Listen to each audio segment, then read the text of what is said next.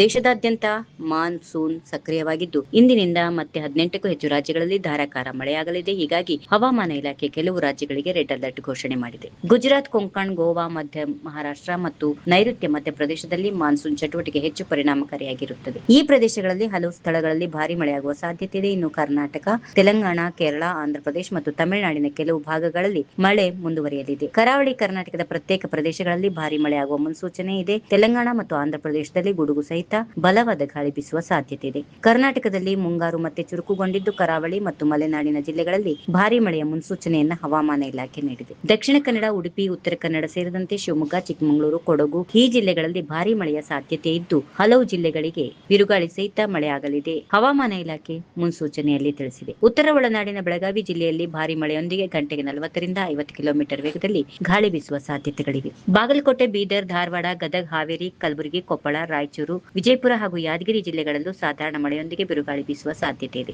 ದಕ್ಷಿಣ ಒಳನಾಡಿನ ಬೆಂಗಳೂರು ನಗರ, ಬೆಂಗಳೂರು ಗ್ರಾಮಾಂತರ, ಚಾಮರಾಜನಗರ, ಚಿಕ್ಕಬಳ್ಳಾಪುರ, ಚಿತ್ರದುರ್ಗ, ಹಾಸನ, ಕೋಲಾರ, ಮಂಡ್ಯ, ರಾಮನಗರ ಹಾಗೂ ತುಮಕೂರು ಜಿಲ್ಲೆಗಳಲ್ಲಿ ಸಾಧಾರಣ ಮಳೆಯಾಗುವ ಸಾಧ್ಯತೆ ಇದೆ. ಬಳ್ಳಾರಿ, ದಾವಣಗೆರೆ, ಮೈಸೂರು ಹಾಗೂ ವಿಜಯನಗರ ಜಿಲ್ಲೆಗಳಲ್ಲೂ ಗಾಳಿ ಸಹಿತ ಮಳೆಯ ಮುನ್ಸೂಚನೆ ನೀಡಲಾಗಿದೆ.